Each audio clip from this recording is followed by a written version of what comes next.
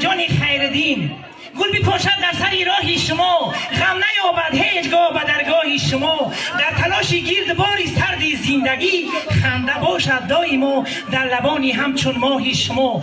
بگذار به این حافظان خوشیل هم هر شنبه یک شنبه زکسای پی در پی آرزومندم. بگذار دائما خوشبخت باشن، خانه آباد باشن. یک خرسک برای مطربا. از فرخاری باستانی چله به دست آمده ایم، این وحدت شما ما کوگی مست آمده ایم. ای دوستای شیرین کوگا پرید ای دستم، من تایر جانی کوگی مستم.